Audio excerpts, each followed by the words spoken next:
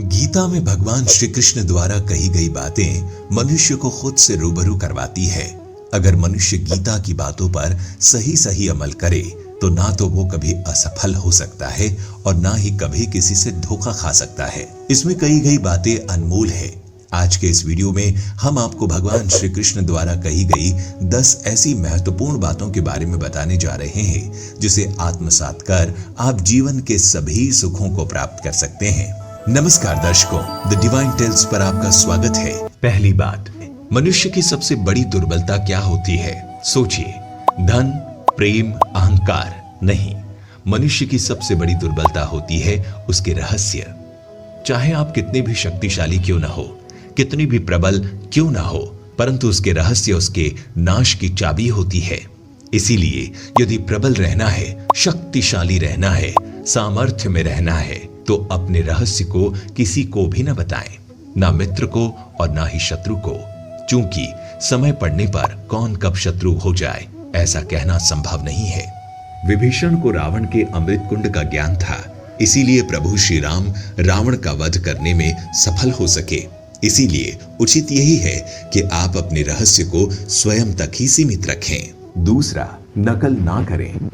मनुष्य जीवन की परीक्षा में सफल होने के लिए क्या नहीं करता? वो परिश्रम करता है, दौड़ भाग करता है, और ये सब करने के पश्चात भी जब उसका काम नहीं बनता है तो वो नकल करने लगता है ना? तनिक लौटिए अपने बचपन में, स्मरण कीजिए अपने बचपन की स्मृतियों का। क्या स्मरण हुआ?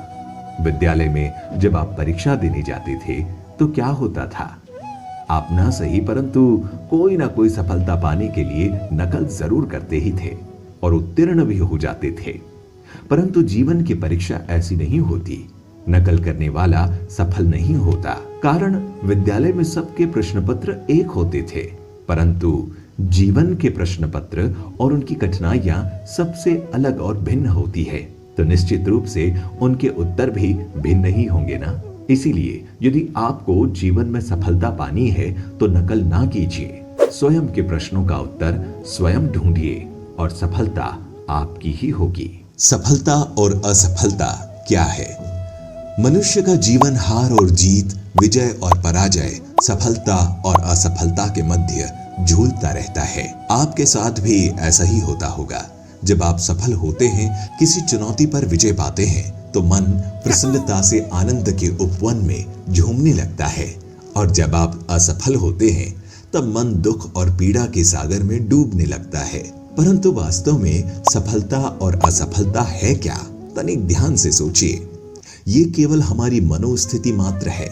हमारी पराजय तब नहीं होती जब हमारा शत्रु विजय प्राप्त करता है। हमारी पराजय तब होती है जब हम पराजय स्वीकार कर लेते हैं। हम असफल तब नहीं होते जब हम लक्ष्य ना पा सके। हम असफल तब होते हैं जब हम प्रयास करना बंद कर देते हैं। इसीलिए प्रयास करते रहिए और हार ना माने, क्योंकि जिस दिन आप हार स्वीकार करना बंद कर देंगे, जीत आपके चरणों में होगी। अगला विषय, निष्काम कर्म की शक्ति। आप सब ने बरगद के वृक्ष को तो देखा ही होगा। क्या आपको ज्ञात है कि बरगद के वृक्ष के बीज का आकार राय से भी छोटा होता है? परंतु बरगद का वृक्ष संसार के महाकाय वृक्षों में जाना जाता है। जब उसका जन्म होता है तब उसमें वो जटाएं, वो शाखाएं नहीं होती, परंतु जैसे जैसे उसका विस्तार होता है, जैसे जैसे वो अधिक शाखाओं का भार उठाता है, अधिक पत्तियों का सृजन करता है, वैसे वैसे उसकी शाखाएं जटाएं बनकर जड़ तक पहुंचती है और उस वृक्ष को सहारा देती है। ये जीवन का बहुत महत्वपूर्ण पथ है। बिना लोभ लालच शुभ कार्य करें, अन्य लोगों की सहायता करें। धीरे धीरे आपने जिनकी सहायता की वो आपके सहायक बनते जाएंगे, आपकी जड़ों को और भी बलशाली बनाएंगे, आयु, मान और आकार बढ़ाएंगे। सजीवन, सहायता और निष्काम कर्म